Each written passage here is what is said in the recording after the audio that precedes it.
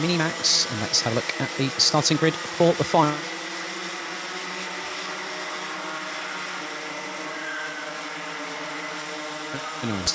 Race of the weekend for Minimax, Matej Radenkovic. Will start from pole position. Radenkovic took the pre-final victory from Max Swiderski, who lines up alongside him on the front row by just over 4.3 seconds. 9.9 seconds behind the eventual race victor of Radenkovic. Excuse me. Laurens Herboz, Mats van Rooyen and Dave Stevens ran out the top 6 positions ahead of Jake Menton. Kaz Tobben in 8th, Tino Sidler in 9th, ahead of Lars Lambers. And we've got Thomas and Ruben Verheyen with Mick Vandenberg rounding out the 13 strong.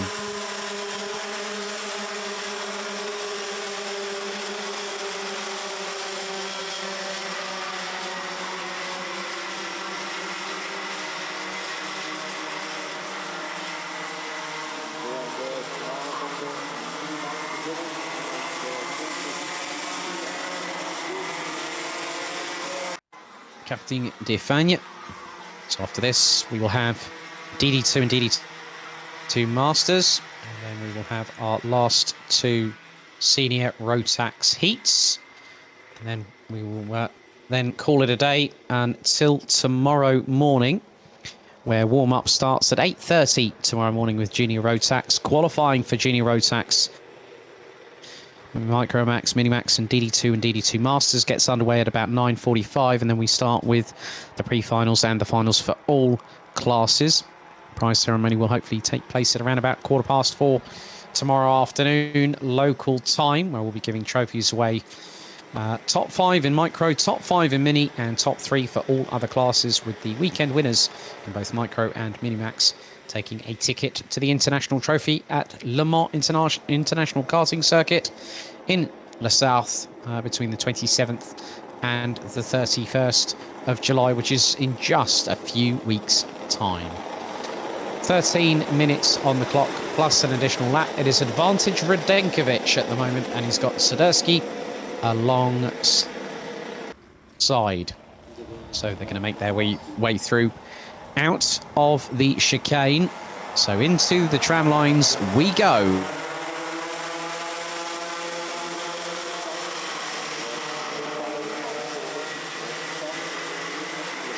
Is that a full start called? Didn't see the lights go out. Yep, that was a full start. Lights did not go out on the gantry. So that is going to be another full start. I think I count that as 3 this afternoon.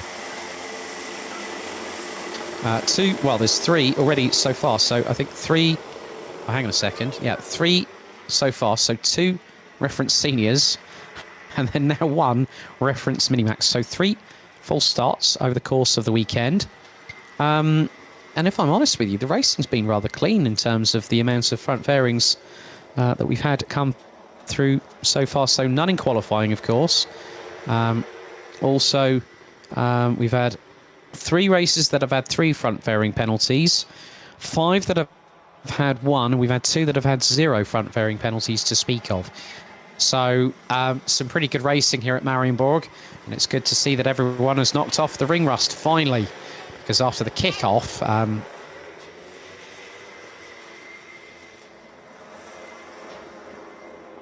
people have been waiting a long time to go back racing. It was completely understandable. However,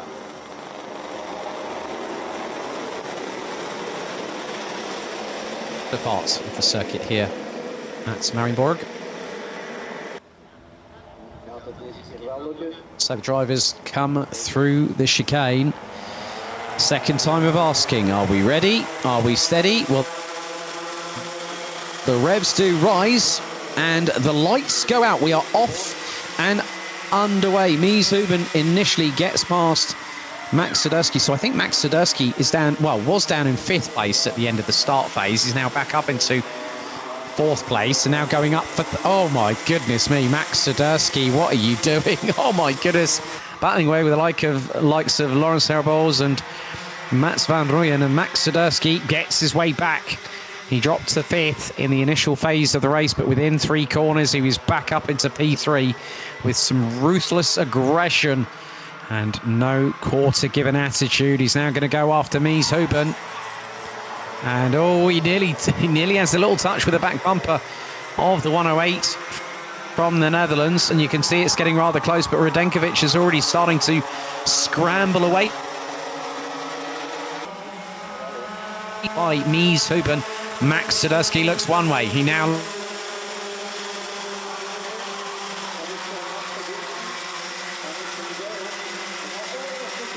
looks, and Hooben does so and asserts himself. Sadurski could get very close to him.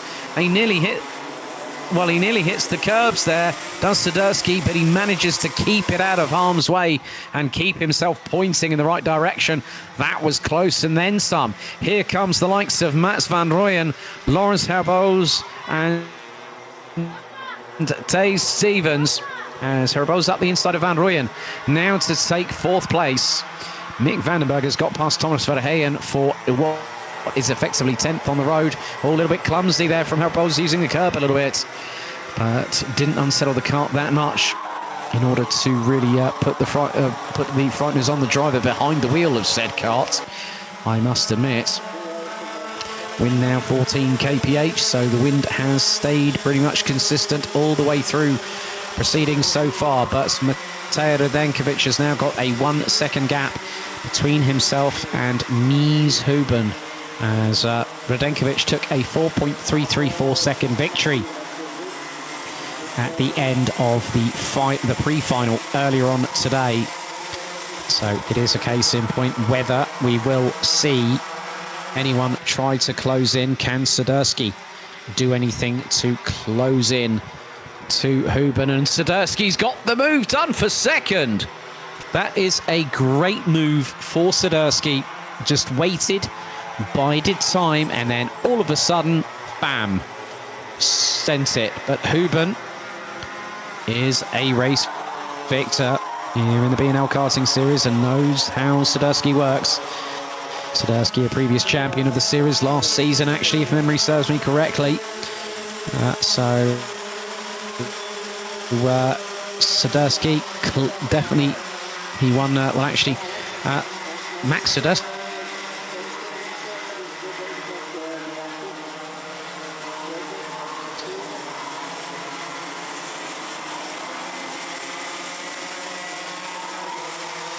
Yeah. And at the moment, Tino Sidler has got past Jake Menton for 7th position. So a bit of an important move there for the Swiss driver. As Mats van Rooyen drops behind Thijs Stevens, who's got the move done. Sadurski trying to pull away from Hooben. And funny enough, Damon Hooben, actually, his brother, contacted me via Instagram DM saying, "What's up with the stream earlier?"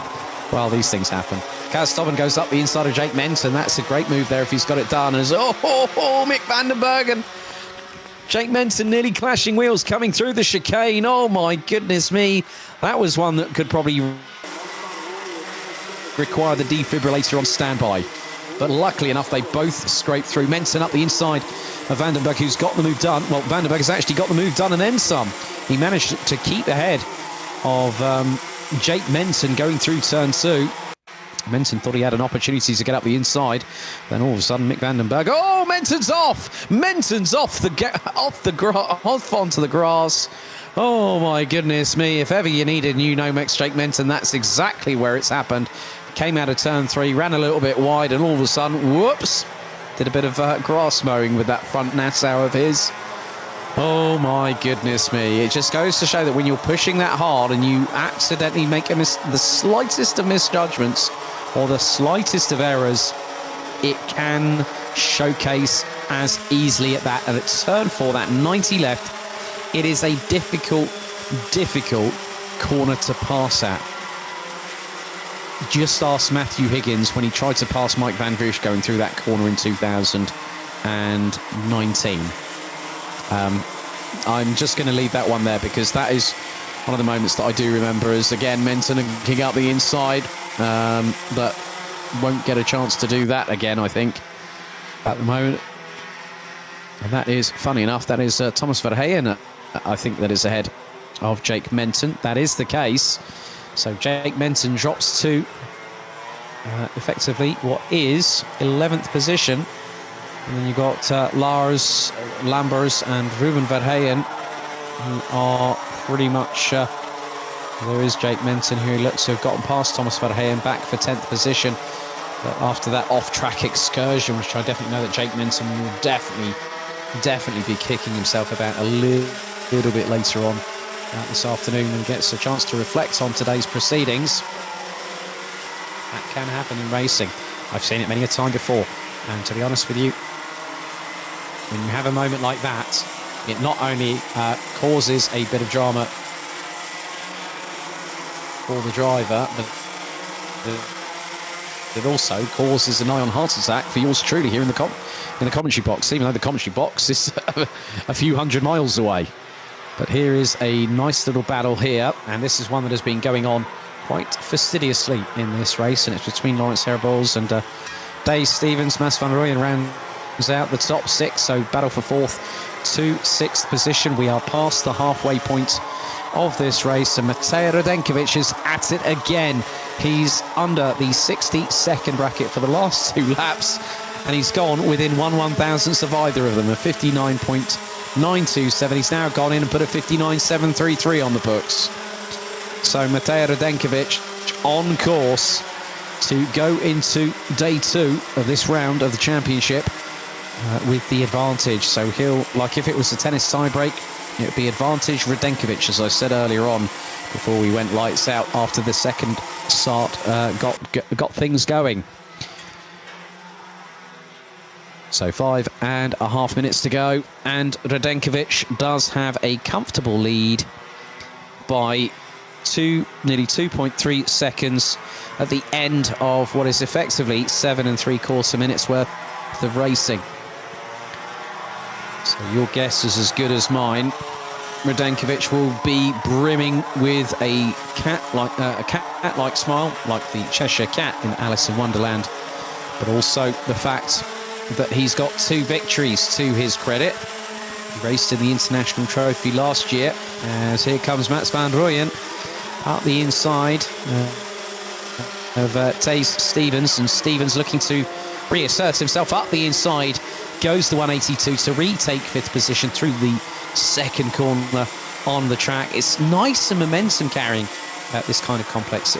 I kind of forgotten what it was like here at Mariembourg, and this race day has really brought back some vivid memories from 2 years ago, and I'm so glad that the BNL karting series,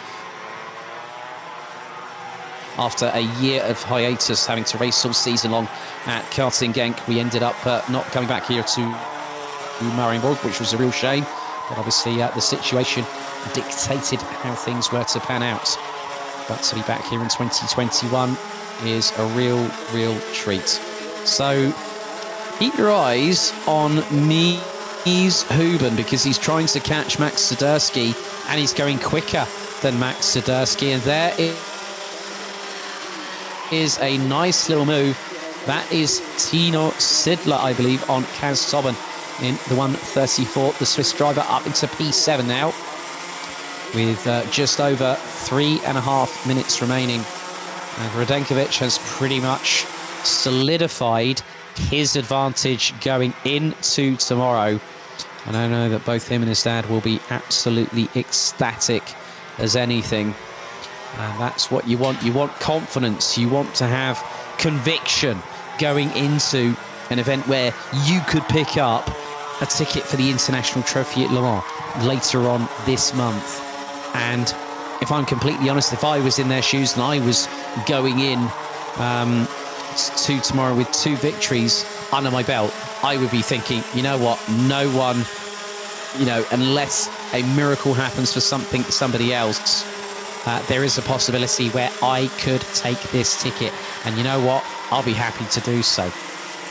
But this battle here is really kicking off. Laurens Herbols Tay Stevens and Mats van Rooyen. This is for the last three in the top six. This is 4th, 5th and 6th position. DD2 and DD2 Masters look to be starting to make their way to the dummy grid because they effectively have pre-grid closing in about 5 minutes time. But with 2¼ minutes plus an additional lap. Tay Stevens looking to assert his stamp on this race to secure 4th position at the end of it all. But at the moment, Laurens Herboz, the Belgian in the 198 entry, is not letting that take place by one iota of imagination. As we head into the last couple of minutes, Tay Stevens gets a little bit closer in the run through into turn 1. Down the dip they go into the right-hand hairpin at turn 2. And still both get a really good run of pace coming out of the corner into the left at 3. And Tay Stevens has a bit more momentum this time into the 90 left at 4. Stevens has a chance to strike, but I don't think it's probably best to do it yet. Wait until turn 6, which is coming up right now. Stevens does not have an opening in which to fire that cart up the inside of Herboz. This is allowing Mats van Rooyen to close in and try and get past. But Van Rooyen is also by having the ringside seat, you're the one that can wait and anticipate to see what happens in front of you. And you look behind, Tino Sidler, Kans Tobben and Mick Vandenberg are battling between 7th, 8th and 9th as we head into the last 60 seconds. And there they are. Kans Tobben's got past again on Tino Sidler, but Sidler, the Swiss driver, absolutely resolute and looking to go up the inside. He fires it up the inside through turn 1, and Kans Tobben already counter-attacking and nearly touches the back bumper of Tino Sidler going through turn 2. He looked for the opportunity to send it up the inside, but on this particular occasion he has to wait until turn 3. Sidler runs wide, and there comes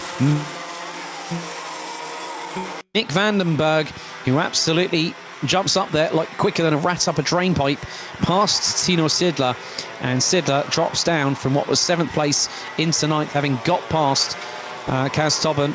But now Mats van Rooyen, Mick Vandenberg, my apologies there, Mick Vandenberg trying to get through on Kans Tobben, and this will be for 7th on the road as the timer is fast about to expire here at Mariembourg. So Matej Radenkovic next time around will get the final lap board, and has done so. His lead over Max Swiderski is 4 seconds. Remember, he won the pre-final by 4.3 seconds long. It will be a case of Radenkovic going into tomorrow. He'll sleep well tonight, but the others might feel a little bit restless, especially one Max Swiderski, who has been second best all day today at the moment. Move-in power stable, and remember when he jumped up to mini